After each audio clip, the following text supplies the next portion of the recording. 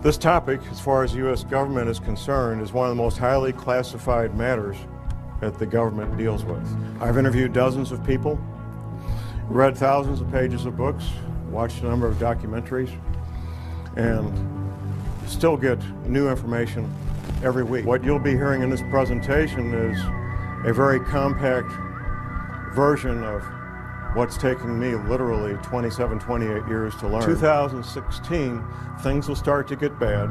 Abrupt climate change, the rising ocean. Now what NASA is calling the 10th planet is not the 10th planet we're concerned about.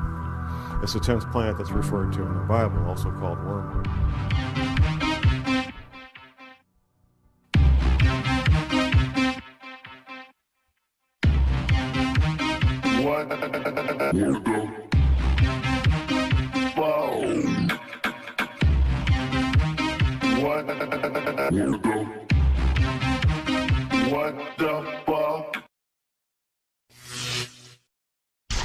The first thing I'll ask you this question. Would the federal government of the United States of America lie to you? That's the response I expect. Laughter. Of course they would. And they have for decades. Because of what I do and what I do professionally, I interact with people involved with law enforcement, including the FBI. I was working on a project with a couple of FBI agents, and we're having lunch one day, and we'd gotten to know each other a little bit. And I thought, well, I'll ask this guy the question, what happened with John Kennedy when he was shot? Now, the man I was asking this was not just a run-of-the-mill FBI agent. He was a supervisory level FBI agent. Within a few years of retirement, he's now retired. And I kind of put him in a box because if he told everything he knew, he was jeopardizing his career and his pension. But if he said, John, the Warren report was exactly accurate, then I would know that he was a nutcase, because nobody believes the Warren report. So here was his answer. It was a very creative answer. This is from a supervisory level FBI agent regarding the Kennedy assassination. His answer was 2 words: creative forensics. Now, that let me know that he knew.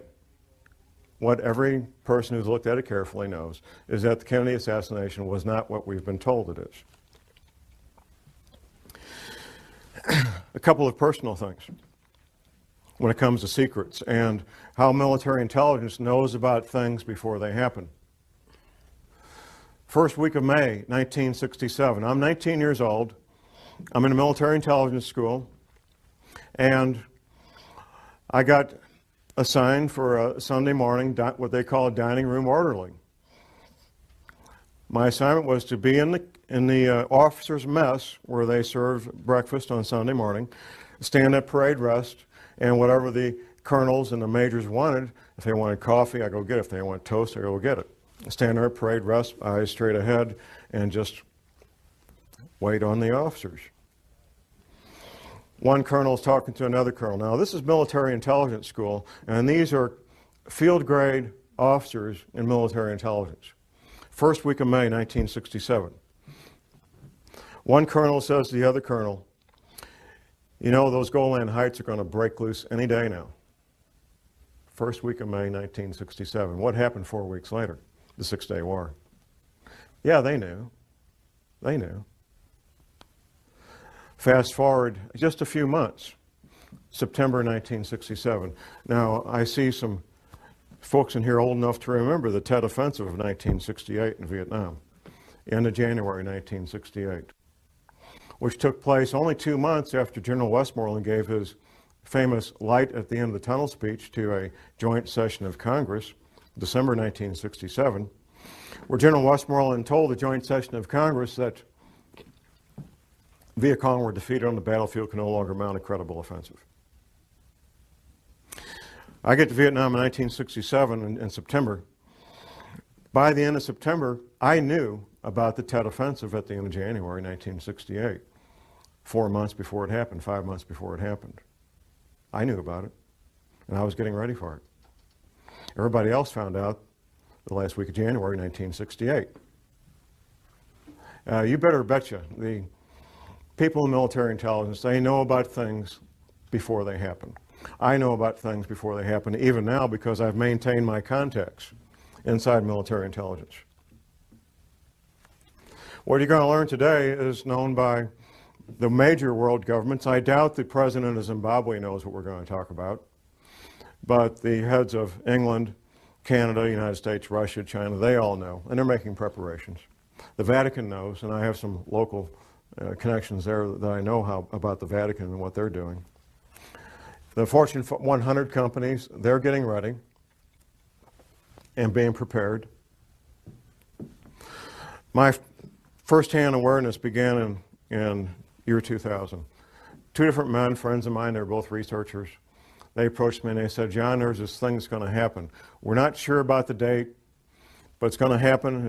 When it does, there's going to be abrupt climate change. There's going to be 200-mile-an-hour winds. The growing threat of climate change could define the contours of this century more dramatically than any other. But I knew these men well enough that I trusted what they told me, and I went to a confidential source and I said, check this out. I need to find out if this is true. And my confidential source, a friend of mine, he says, oh, John, that's silly. That can't be real. But he trusted me and knew me well enough to check it out. He gets back with me a few weeks later, and he says, John, it's exactly what you said it is. It's coming, it's going to hit us hard. And there's going to be 200-mile-an-hour winds. And there's going to be massive tidal waves and earthquakes and all the rest of all the things that you said. That was in the summer of 2000. And what should give us hope that this is a turning point? That this is the moment we finally determined we would save our planet. My research has continued. I've continued to develop my sources and put the whole thing together so I can make this presentation. I've got copies in the lobby that I'll make available for anybody that wants it. It's the Department of Defense study done by a private think tank about abrupt climate change. Now, the Department of Defense spent many thousands of dollars to have this private think tank put this paper together. And I've got a quote from this, and this, what I've got out here that you can get is the open source unclassified version. The classified version I haven't been able to get my hands on. But here's the first paragraph of that paper by Peter Schwartz and Doug Randall. Recent research, however, suggests that there is a possibility that this gradual global warming could lead to a relatively abrupt slowing of the ocean's thermohaline conveyor, that's the Gulf Stream, ladies and gentlemen, which could lead to harsher winter conditions, sharply reduced soil moisture, and more intense winds in certain regions that currently provide a significant fraction of the world's food production. With inadequate preparation, the result could be a significant drop in the human carrying capacity of the Earth's environment. That means people are going to die. That's what that means. Has anybody seen the film The Day After Tomorrow? Anybody? Okay, a few. There's some science in there and some science fiction. If you haven't seen it, I would urge you to get a copy from the library, borrow a copy, whatever it takes. The opening scene is something, it's a dramatic interpretation of what really did happen, which was Larsen Ice Shelf B breaking away from the Antarctic continent. That really did happen. Very dramatic event. Now, some of the science in there is what will be happening in the future with abrupt climate change. The science fiction in that film is what's going to cause it. And the science fiction is human activity creating CO2 greenhouse gases. That's the science fiction. There's three characters in that movie. They're oceanographers, and they're on a little island off the coast of Scotland. And quite frankly, they could be anywhere because you can do this from your home if you got internet access. There's buoys out there in the Atlantic that give 24-hour, 7-day-a-week readings of the ocean temperature. And anybody can do this any place. You don't need to be on a little island off the coast of Scotland. So they're sitting there watching the ocean temperatures off the coast of Scotland. And then there's a dramatic drop in temperature on one buoy, then another buoy, and so forth. And what they're watching is the North Atlantic thermal-hailing conveyor, which is also called the Gulf Stream.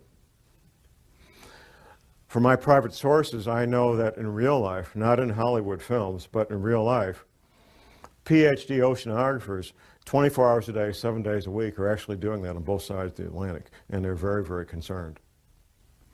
Just a couple of years ago, there was an announcement that the Gulf Stream had slowed down by 30%.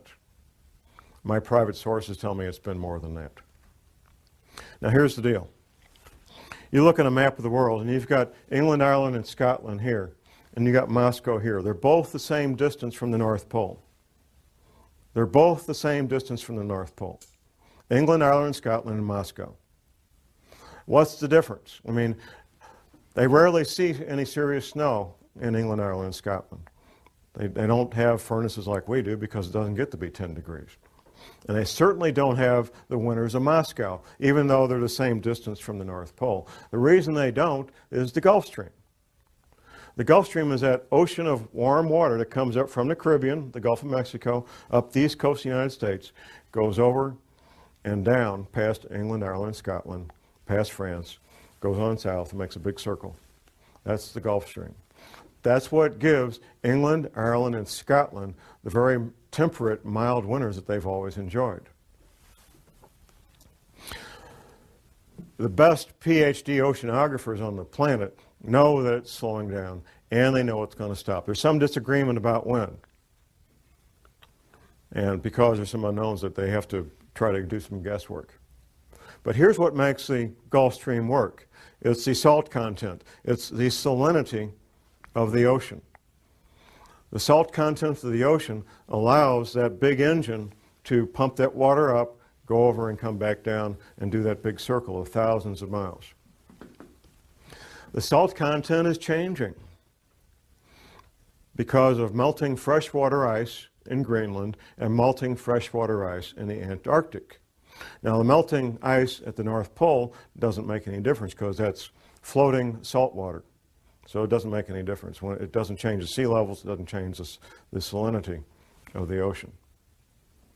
This fresh water being introduced into the ocean is reducing the salinity of the ocean. That's slowing down the Gulf Stream, and at some point it will stop. 3 years, 5 years, 20 years, I can't tell you when. And the best PhD oceanographers on the planet can't tell you when. They can tell you it's about to happen though. As I started tracking this matter of abrupt climate change and rising ocean levels, I incorporated into casual conversations with people I knew and came in contact with. I was having lunch one day with a friend of mine. This friend is a veteran of the U.S. Navy Submarine Corps. And I was talking about what would be causing this, because I did pretty quickly learn what would be causing the rising ocean levels and abrupt climate change. And my friend starts telling me what he heard at a classified U.S. Navy briefing. And he went on and on about how the Navy had told everybody in the submarine corps about rising ocean levels and what that would mean and why Navy retirees should consider moving to the Arkansas, Missouri Ozarks, because the Navy was telling, and is still telling these men, that the Arkansas, Missouri Ozarks are one of the known safe havens when all these events take place.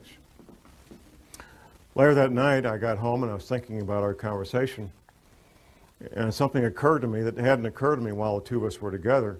And it occurred to me that we were talking about the same thing. I was talking about the cause, and he was talking about the effect. At that point, I also remembered a map that a patient of my wife's a chiropractor, had brought in and showed my wife back in the mid-'80s, of what North America would look like after the oceans rose to their new levels. Now, at the time, I thought, this lady needs a tinfoil hat real bad. That's the only thing I could think of. It was a beautiful full-color map done by a psychic. But I always remembered the map. I have a very good memory about things that I choose to remember. And I thought about this map, and I called my friend on the phone and I said, I got this map. I want to sent it a copy of it. I got a little copy I found on the internet, 4 by 4 inches. So I sent it to him by email. And my friend looks at it and he says, well, from the Rocky Mountains east, it's very accurate compared to what the Navy showed us, with one exception. Wisconsin's gone on the Navy's map. Wisconsin is still there on Scallion's map, Gordon Michael Scallion, well-known psychic. And from the Rocky Mountains west, it's not even close to what the Navy says, not even a little bit close. So I went ahead and ordered a copy of Scallion's map, a full-size version of it, and I get together with my friend, and he goes over the entire coast of the United States, East Coast, Gulf Coast around Florida, down to Texas, West Coast on up to Washington. And he shows me in great detail where the Navy said the new shoreline was going to be. He also told me that the East Coast would take damage up to the Blue Ridge Parkway. Now, the Blue Ridge Parkway runs north-south on the east side of the Appalachian Mountains, about 100 miles from the coast. Now, you have to keep in mind, this is not John Moore. This is U.S. Navy in classified briefings telling these men what would be happening in the future. Since talking to my friend, I've also interviewed 3 more Navy veterans. One was an officer in the submarine corps. Another was an intelligence officer from another service assigned to the submarine corps for a 3-year tour of duty. And the third guy was a Navy veteran. Fourth guy, actually. A friend of mine, he's a college professor, and I was at his college class on international relations giving a presentation on terrorism. The other presenter was this former intelligence officer. So we finish our presentation to college students on terrorism, and we go to a pizza place in Rolla. And there's 4 of us. Myself, I'm sitting here. The retired intelligence officer, his wife sitting next to me. And the intelligence officer himself sitting across from me, and my friend, the college professor, is right over here. Once I found out that he did a 3-year tour of duty with the submarine corps, I knew I had to ask the question. I might never see this man again in my life. I got to ask the question. Now, we haven't talked about rising ocean levels. And this you have to keep in mind, this is a basic tool of investigative work, is interviewing witnesses at different times and different places, interviewing witnesses that don't know each other. You want to get to the heart of a matter, that's the way it's done. You find witnesses who don't know each other that have the same information, and you interview them at different times, different places. So I asked him, tell me what you know about rising ocean levels. His wife, sitting next to me, before he can even speak up, his wife sitting next to me says the following. We were on our last duty assignment, and we were at the Pentagon. Now, we've been all over the planet, typical military family, and we had to pick a place to retire. We chose the Arkansas-Missouri Ozarks because of rising ocean levels. I had my answer. I had my answer. We talked about that a little bit more. A few weeks later, I made a lunch appointment with him, and I brought the map with me that I'd revised after going over with the first submarine veteran. I brought it with me. We met at Steak and Shake, had lunch, and I had him revise the map even further, getting a few more details in there. The third submarine veteran, retired submarine officer, he's one of my pistol students. We had lunch and we talked, and he says, John, I signed these non-disclosure agreements. If I tell you what I know, I could lose my pension. I have to be out 5 years before I can tell what I know about rising ocean levels. I've only been out 3 years. I said, well, can you blink your eyes once for yes and twice for no? Then you won't be talking. He says, yeah, I can do that. The retired submarine officer verified what the other 2 submarine veterans had told me earlier. Word for word, detail for detail. And he also, this is the third man who had chosen the Arkansas-Missouri Ozarks for his retirement home. The Prophecy Club, a Christian group out of Topeka, Kansas, they sent me on a nationwide speaking tour in 2005 on this topic. And I'm up in Detroit speaking on this. On one of the breaks, I have a man walk up and introduce himself to me. He says, John, I'm in the insurance industry. And we've wondered for years, us in the insurance industry, Why is there such a cluster of retired Navy people in the zip codes of the Arkansas, Missouri Ozarks? Now I know. Now I got my answer. The Navy knows. Another pistol student of mine, retired Navy guy, I said, what's the altitude of your new home? He told me to the foot the altitude of his new home. How many people can do that? Almost nobody. He told me to the foot the altitude of his new home in the Arkansas, Missouri Ozarks. Absolutely he did.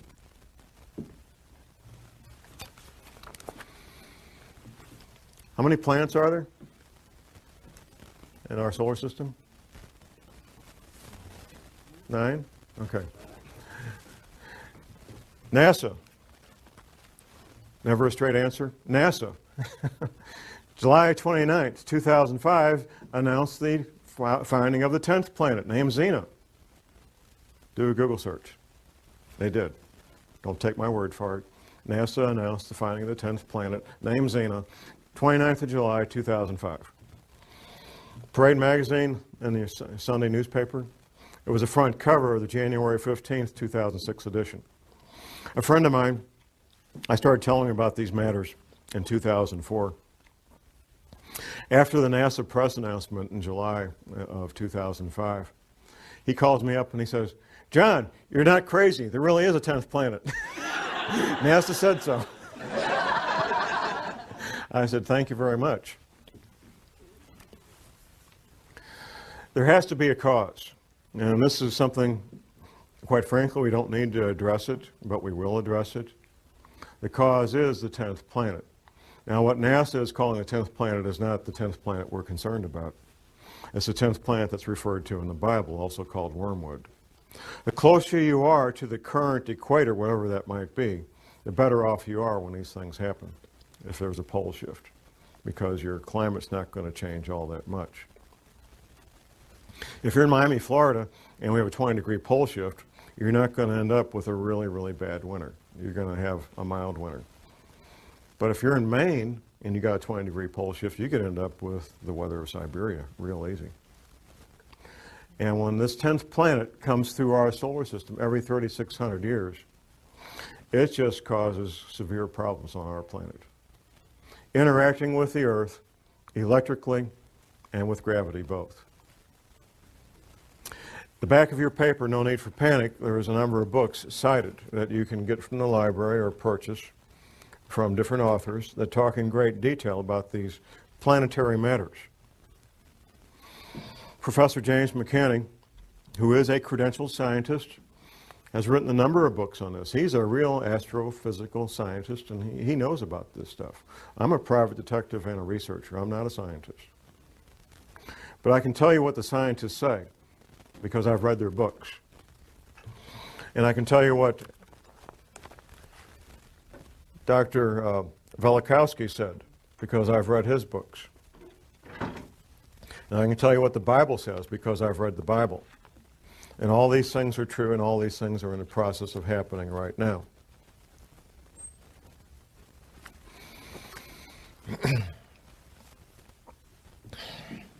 It took me a while to figure this out, for the following reason. All these Navy veterans, they were all told about abrupt climate change and rapidly, violently rising ocean levels. And I was trying to figure out, and I finally figured out in the past 12 months, where is all this water going to come from? Because the men that I was interviewing, they were in the audience, like you guys. They weren't the scientists. The Navy just told these men in these classified briefings what would be happening. They didn't tell them how or why. They didn't need to know. They told them what would be happening. They told them that these oceans would become violent and have massive, violent tidal waves that would wipe out all areas near the coast. Up until last year, I was thinking, oh, melting ice at Antarctica, melting ice at Greenland. But how could it melt that fast? Well, it can't melt that fast, even with what we're going through. It turns out the answer was right in front of me all the time. There's a quote from Velikowski that I'll be reading here in a moment when we get to it. It turns out that the knowledge is something all oceanographers know and a lot of people in geology departments in every university knows. There is a bulge of water at the equator. Now we're talking about sea level here. Sea level is measured at Cornwall, England. It's a couple hundred years ago, England was kind of running things when it came to oceans, and they got to pick where to measure sea level, and they measured it at they got a big rock. There's a line there. That's sea level. It turns out that sea level varies as much as 494 feet up and down from that rock in Cornwall, England. Now that's like a 50-story building. I mean, it's a lot of water. And there's a bulge of literally millions of cubic miles, 1 mile by 1 mile by 1 mile, cubic miles. Millions of cubic miles of water bulge at the equator of this planet. It wasn't common knowledge for John Moore, I found out. It's not common knowledge for most people. It's held in place by two things, the rotation of the Earth and gravity. Anything that changes our true north, our pole, by more than just a couple of degrees will cause that water to be disrupted. And there's a technical term for it, slosh. And there's records locked up in bones and stone of this having happened in the past. Velikovsky talked about it extensively in his books. Talk a little bit about this water damage. You have a map in your handout. Now, from Washington, D.C. to Boston is basically one big city. Since World War II, that's what it's become. One big city. All that's going to be gone. Going down the coast to Atlanta and down to Florida. Florida, the highest point in Florida is on the Panhandle, 55 feet above sea level. Florida's finished, except for a small part of the isthmus, maybe. And that's a big maybe. Gulf Coast, Alabama, Louisiana, Mississippi are pretty much going to be gone. In fact, the new mouth of the Mississippi will be at the current Arkansas-Louisiana state line, a couple hundred miles up from where it is right now. Going down around the coast of Texas, Texas will take damage about 100 miles inland. California will take damage 25 to 100 miles inland, depending on a couple of things, the level of the altitude above sea level and seismic activity. On up the west coast to Oregon and Seattle, all coastal areas being damaged 50 to 100 miles inland. And once again, seismic activity is going to play a big role in what happens. Locally in the Midwest, we have something called the New Madrid Seismic Zone. Once the Mississippi River becomes 50 to 100 miles wide, the U.S. Navy, not John Moore, the U.S. Navy says it will trigger at least 3 9-point plus earthquakes on the New Madrid seismic zone. Southern Illinois will basically be one large swamp. In fact, southern Illinois is already pretty swampy. If you fly over the Mississippi River right now, you can see where the river used to be. You can see where its banks were at one time. A much, much larger river than it is now. I mentioned Wisconsin will be gone. The Great Lakes will become one vast inland sea joining up with Hudson Bay up in Canada. That's what the Navy says. And it's kind of ironic and kind of caught my attention when all of these Navy veterans, these submarine veterans, they all look at this map and they say, John, Wisconsin's gone. It's finished. There's not going to be any more Wisconsin. Florida's gone. Louisiana, Alabama, Mississippi, finished, gone. EPA, our friends. Now, a lot of people make fun of the EPA and hate the EPA, but like most government agencies, most of the people that work there are good men and women with good intentions, including a lot of scientists. The EPA had a library, past tense, until 2007. The library contained the largest collection of cross-referenced, important term, cross-referenced articles and manuscripts on man-made compounds and biological agents in the English language. In 2007, it was closed. The EPA library was closed, and it was a number of different locations around the country, closed to even EPA scientists could not access it. Anybody see Al Gore's film, An Inconvenient Truth? Okay, once again, I encourage people to watch this movie. There's some science in there, there's some science fiction. The science is about what will happen in the future, abrupt climate change and rising ocean levels. The science fiction is what's causing it. It's not man-made greenhouse gases, like he says. That's a distraction. And that tactic was decided on many, many years ago, sometime in the late 70s, early 80s, that they would use that as the pretext to keep people thinking things are going to be okay. The science leaves out something, and the science fiction adds something. Al Gore gives a timeline for when these events are going to happen. Abrupt climate change and rising ocean levels. The timeline that Al Gore gives in his movie is the same timeline that the federal government gives out through the NASA Goddard Space Flight Institute. Say that fast 10 times. The NASA Goddard Space Flight Institute, which the Queen, Her Majesty, visited last spring when she was in this country, by the way, because she's got taking a sudden interest in science. Jim Hansen is the director of the NASA Goddard Space Flight Institute, and the timeline he puts out and the timeline Al Gore puts out is the exact same timeline, and here it is. It's kind of clever what they did in the movie, the way they said it. But in 2016, things will start to get bad, abrupt climate change and rising ocean levels. Exact same timeline put out by the federal government through NASA. NASA is part of the military, by the way.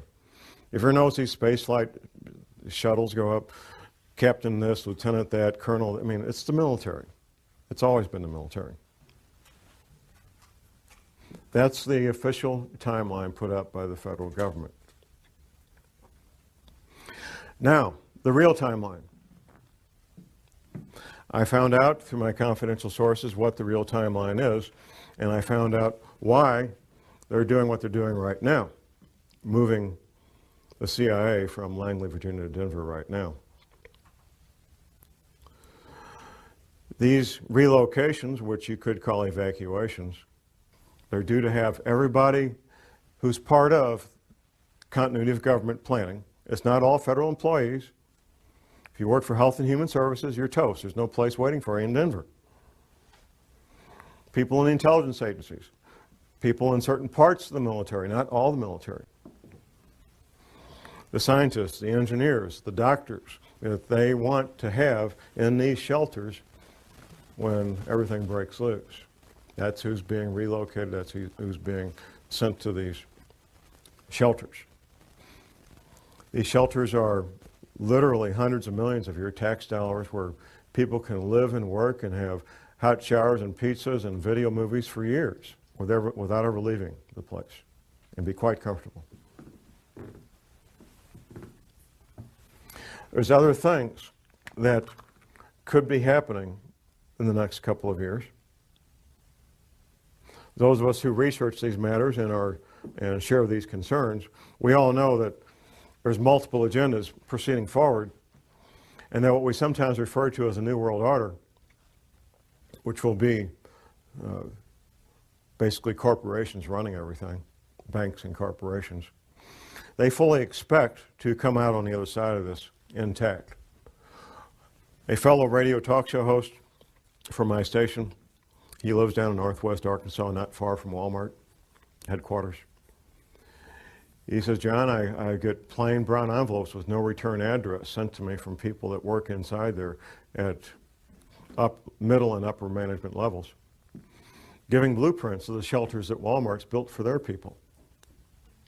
They expect to come out on this. Another friend of mine was working with a Catholic group here in St. Louis.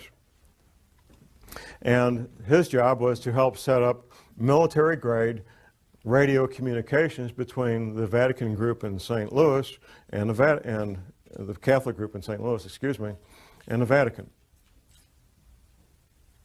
military-grade two-way communications. We're not talking 10-4 good buddy CB stuff. The real military-grade radio communications. The agendas of the people that control the world, the international bankers and the Fortune 500 and so forth, is to have a planet with far less people on it than there is now, either inadvertently through these earth changes or by design, through World War III, a flu pandemic, or severe economic collapse leading to societal disruption, or all three happening at the same time. These are all matters that could be happening in the not too distant future. I refer to what we're living in right now as phase one. Phase one is where normal commerce takes place. We can have our careers, interact with our families and our social events that we normally do, and life appears to be normal.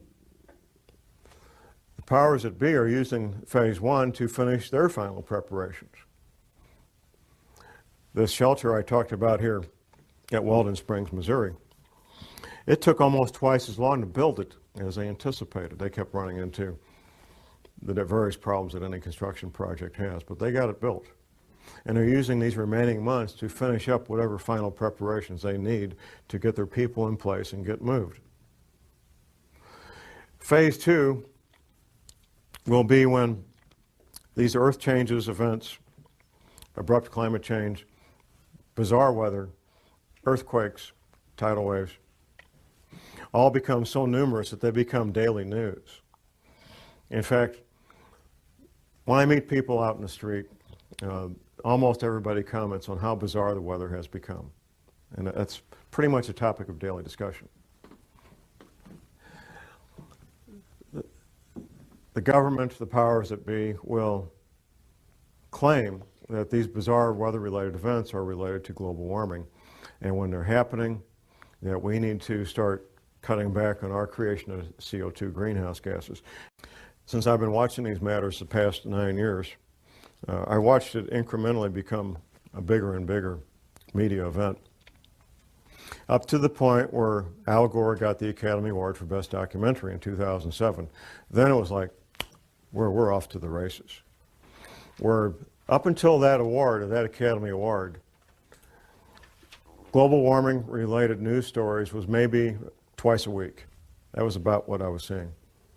Since then, since he got that Academy Award, it's been daily, 7 days a week, global warming stories. And there will be no end to it. As long as there's news, as long as they're capable of broadcasting news, you will have global warming stories every day of the week from now on.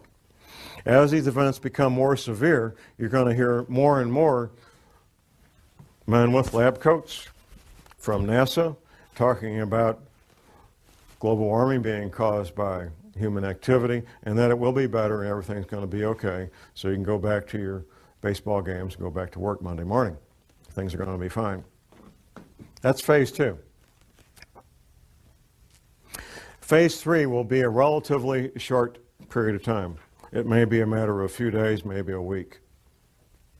It won't be long. At some point, people will realize that things are very strange and very dangerous, and they'll start doing things they normally wouldn't do. Say, for example, you're a professional, self-employed, or you have several people working for you. Half the people in this country work for small businesses. Many of the owners of those businesses are financially well off that they could lock the door and never go back. They love what they do, and that's why they go to work every day. I've heard any number of people tell me, they say, John, the government doesn't want to create panic. That's why they're concealing this. No, the government's not concerned about panic. What the government's concerned about is business owners making very rational, very logical decisions that I'm locking the door and I'm out of here. No panic whatsoever. That's what they're fearful of, because that would shut down the economy if enough of them did it. They want to keep these people in the dark as long as possible. Most men, and it's mostly men because of the nature of the work they do, some women, who know about what we're talking about today, just simply go about their lives and keep quiet about it. They're not public speakers. They take care of their family, they take care of themselves, and the rest of you are on your own. What I bring to the table is public knowledge of what's a very well-kept secret. Phase 4 will be the end of the world as we know it.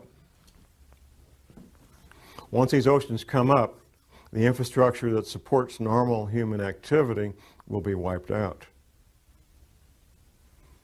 Take, for example, shipping, ocean-going ships.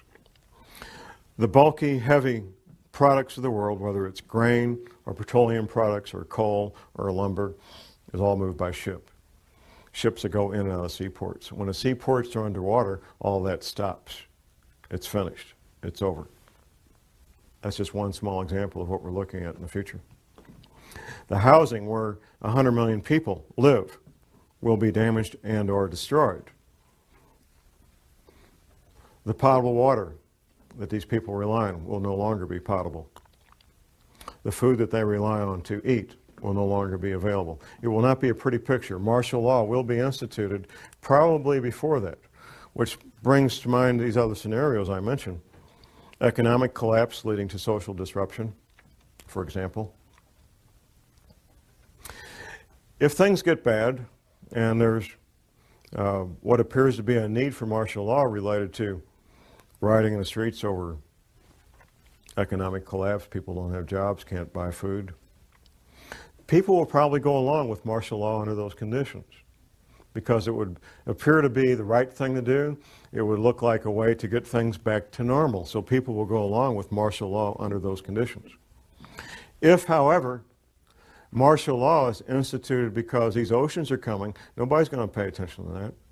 They're going to get out of Dodge. They're going to get out of Dodge. They're going to be gone. And martial law or no martial law, they're going to be gone. If martial law is instituted and there's a lockdown before that, then we'll have a better chance of maintaining martial law. I've lived under martial law for a year in Vietnam. What are you looking at? You're looking at curfews. The curfew could be from 10 o'clock at night to 6 a.m. The curfew could be 24 hours a day. Restrictions of sales of firearms, ammunition, and alcohol. Rationing of fuel, rationing of food, potable water rationing, possibly rationing of electricity. We've seen that in Iraq a lot, depending on what's going on. Martial law is not a fun thing to be part of or live under, even if you're part of the occupying force, because it changes your life. The Navy says, as far as ocean levels, the Navy says these oceans will come up over a period of about 30 days. Once these events get in motion, these water levels, these oceans, these tsunamis, tidal waves will take place over a period of about 1 month. Altitude. The Navy says that everything 100 feet sea level and below will be completely destroyed.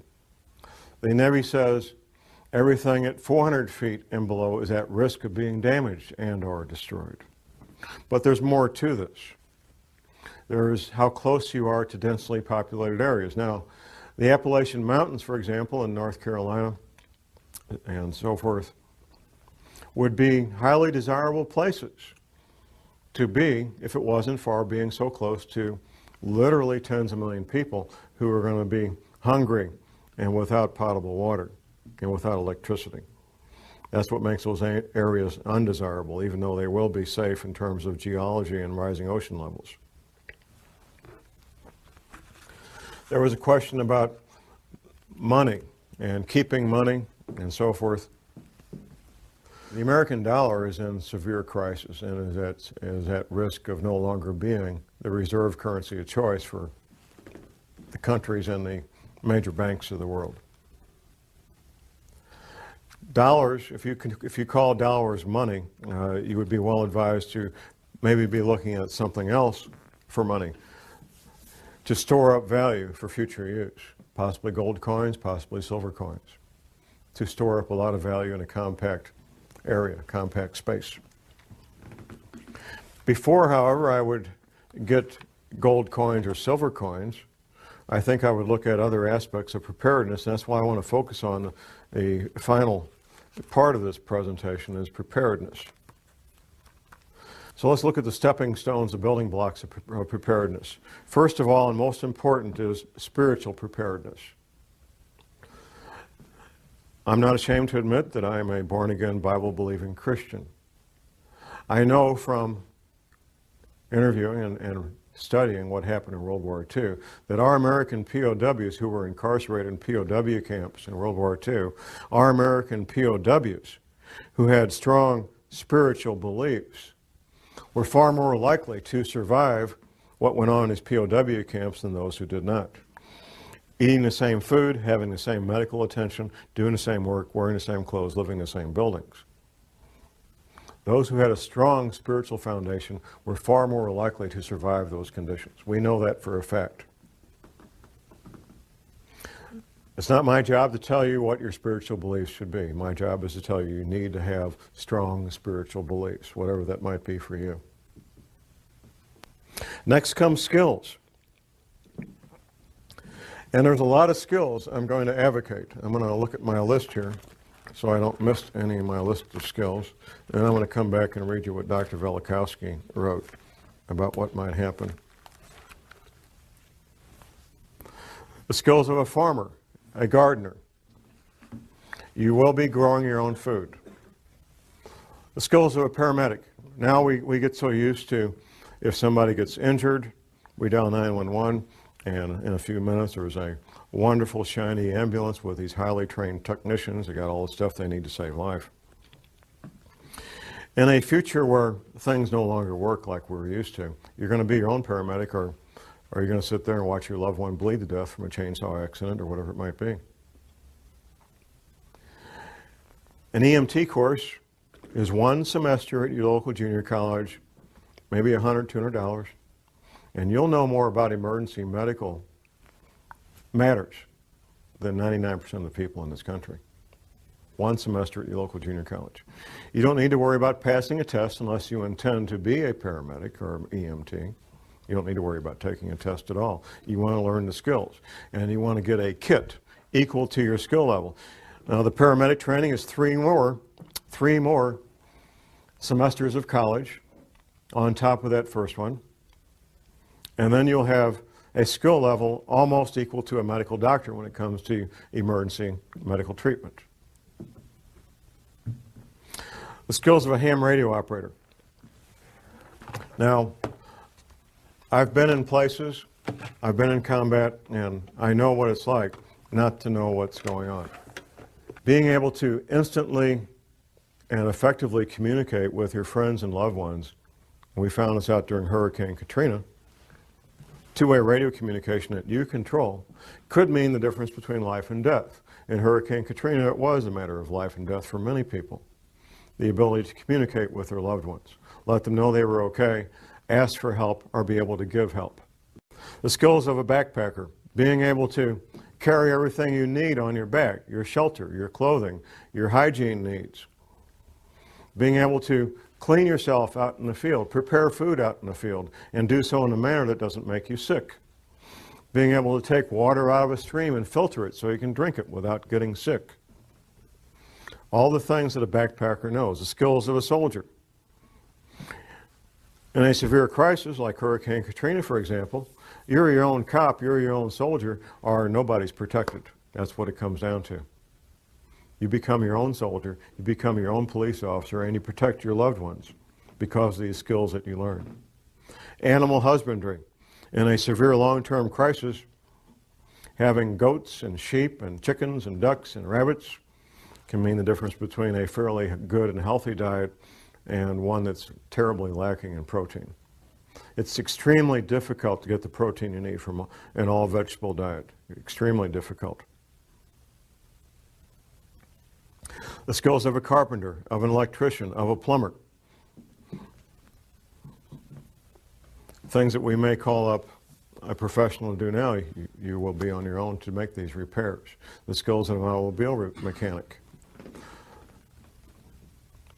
All these skills take years to learn, and you can't learn them out of a book, at least not and be very effective. There's some things you can learn out of a book, but without practical application, you're just guessing on how this stuff works.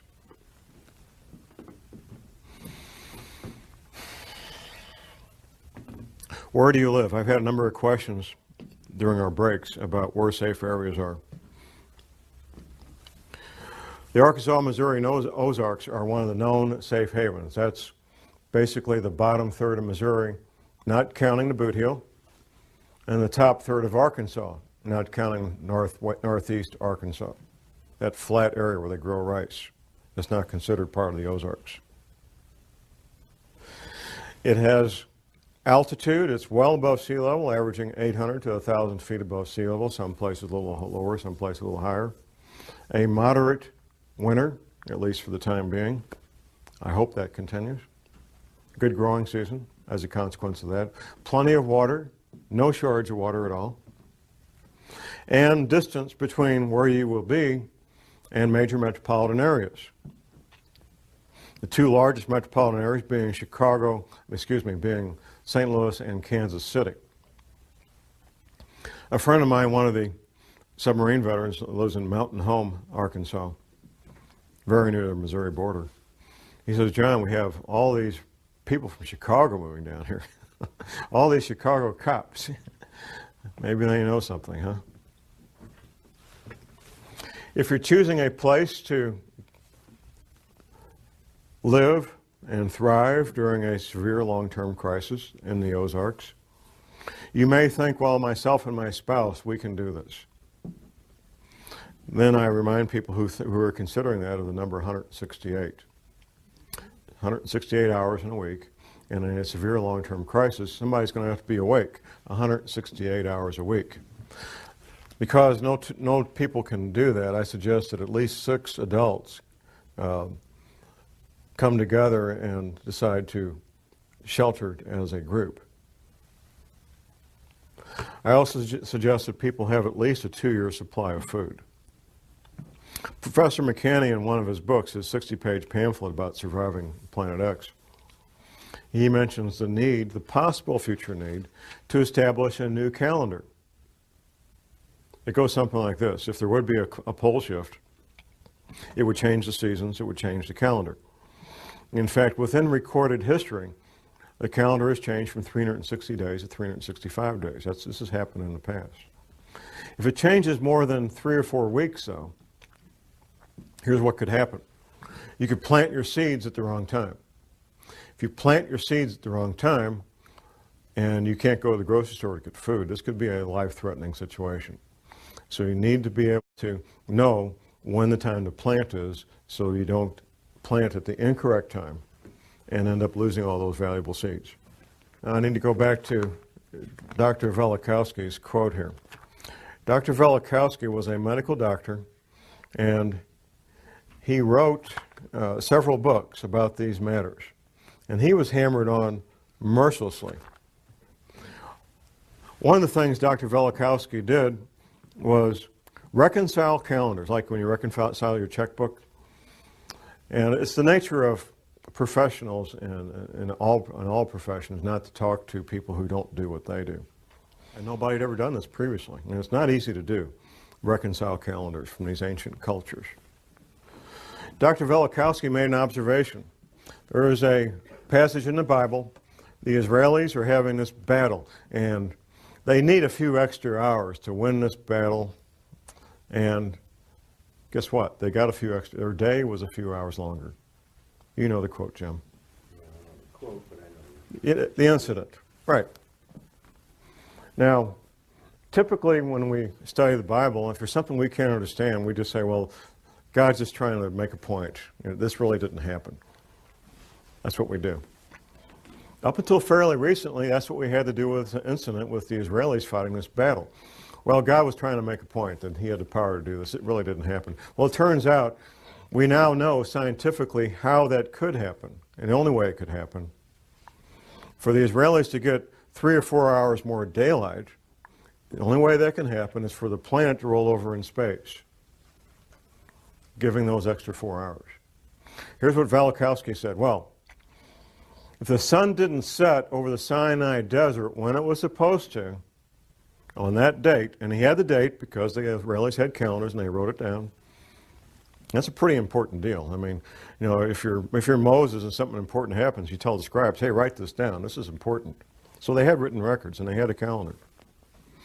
Velikovsky said if that happened over the Sinai desert, then the sun must not have come up in China the next morning when it was supposed to come up.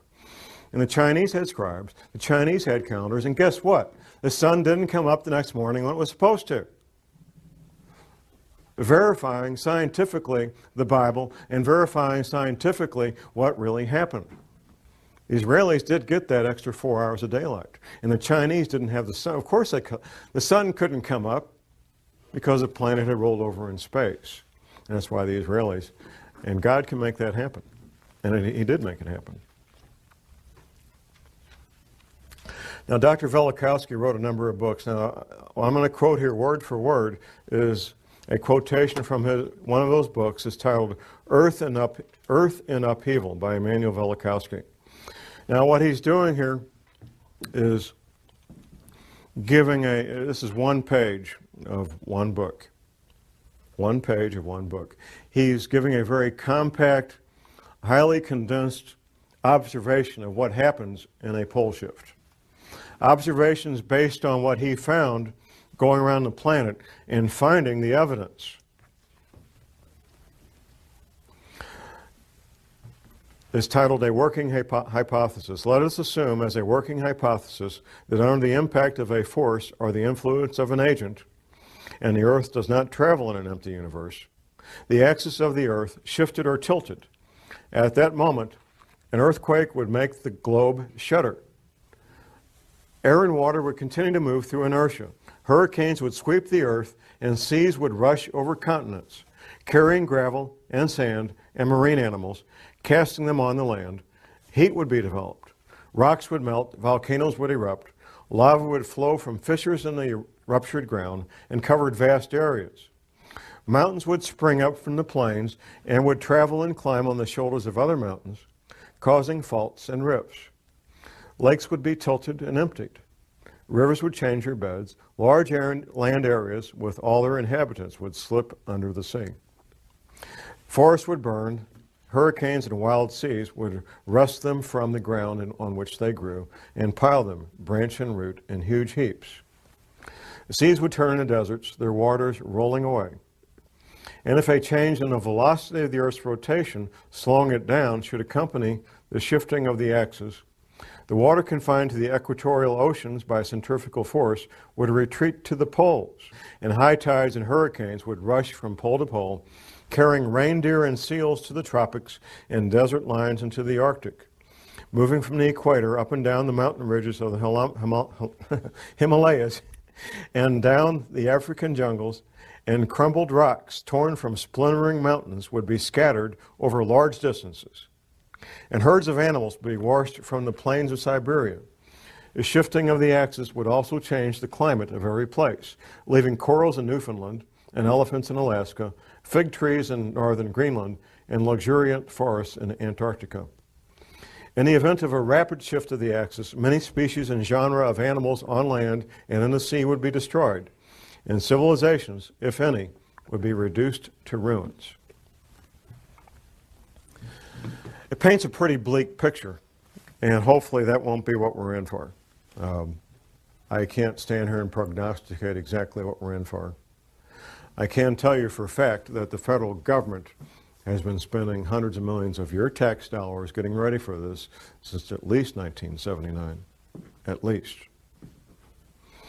That the Fortune 100 companies, or at least many of them, I don't know which ones, but many of them know about this. The major governments know about this and are making preparations.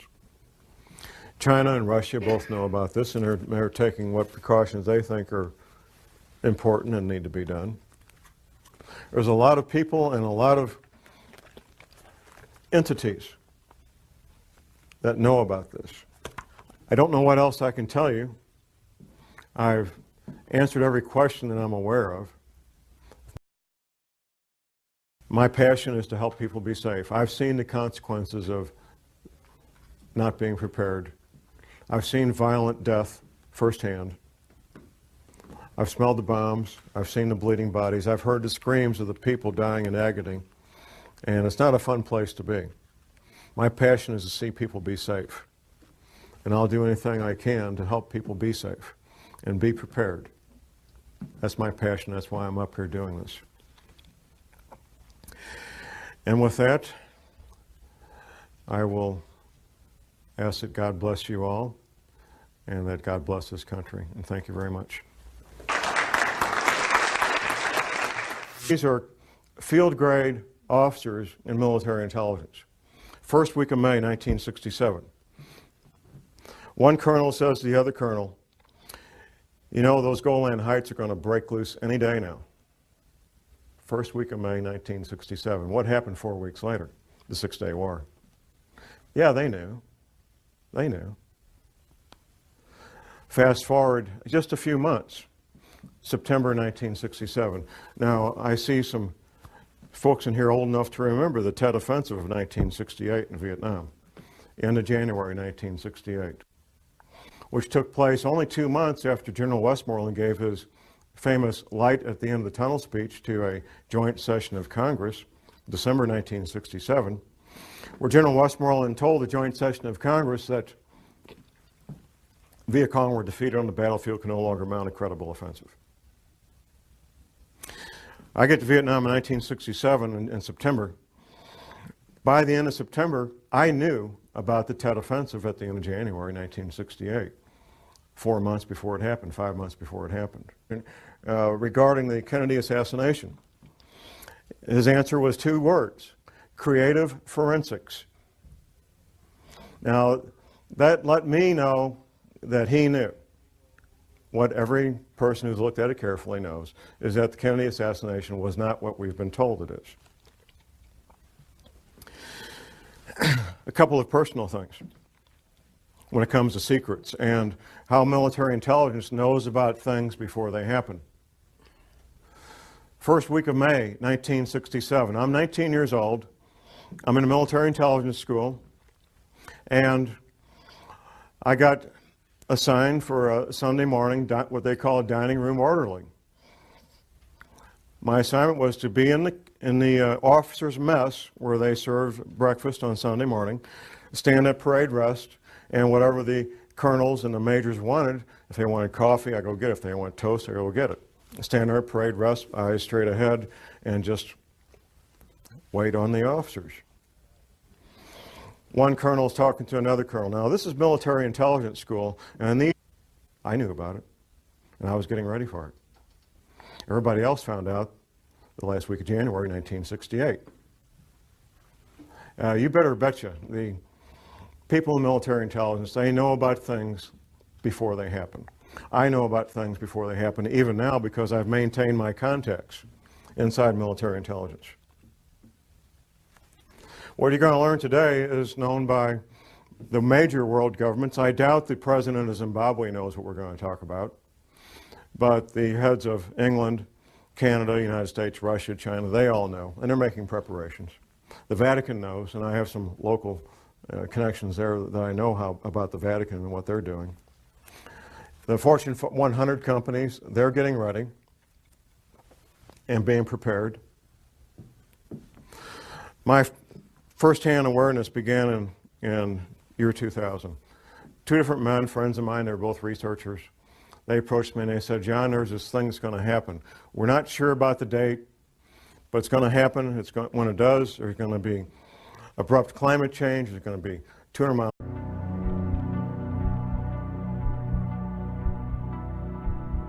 This topic, as far as the U.S. government is concerned, is one of the most highly classified matters that the government deals with. I've interviewed dozens of people, read thousands of pages of books, watched a number of documentaries, and still get new information every week. What you'll be hearing in this presentation is a very compact version of what's taking me literally 27, 28 years to learn. 2016, things will start to get bad. Abrupt climate change, the rising ocean. Now what NASA is calling the 10th planet is not the 10th planet we're concerned about. It's the 10th planet that's referred to in the Bible, also called wormwood.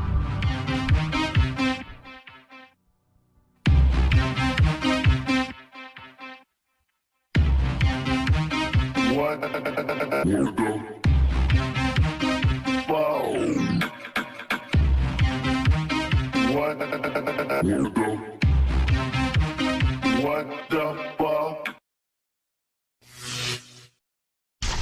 first thing I'll ask you this question. Would the federal government of the United States of America lie to you? That's the response I expect. Laughter. Of course they would. And they have for decades. Because of what I do and what I do professionally, I interact with people involved with law enforcement, including the FBI. I was working on a project with a couple of FBI agents, and we're having lunch one day. We'd gotten to know each other a little bit. And I thought, well, I'll ask this guy the question. What happened with John Kennedy when he was shot? Now, the man I was asking this was not just a run-of-the-mill FBI agent. He was a supervisory level FBI agent. Within a few years of retirement, he's now retired. And I kind of put him in a box because if he told everything he knew, he was jeopardizing his career and his pension. But if he said, John, the Warren report was exactly accurate, then I would know that he was a nutcase, because nobody believes the Warren report. So here was his answer. It was a very creative answer. This is from a supervisory level FBI agent.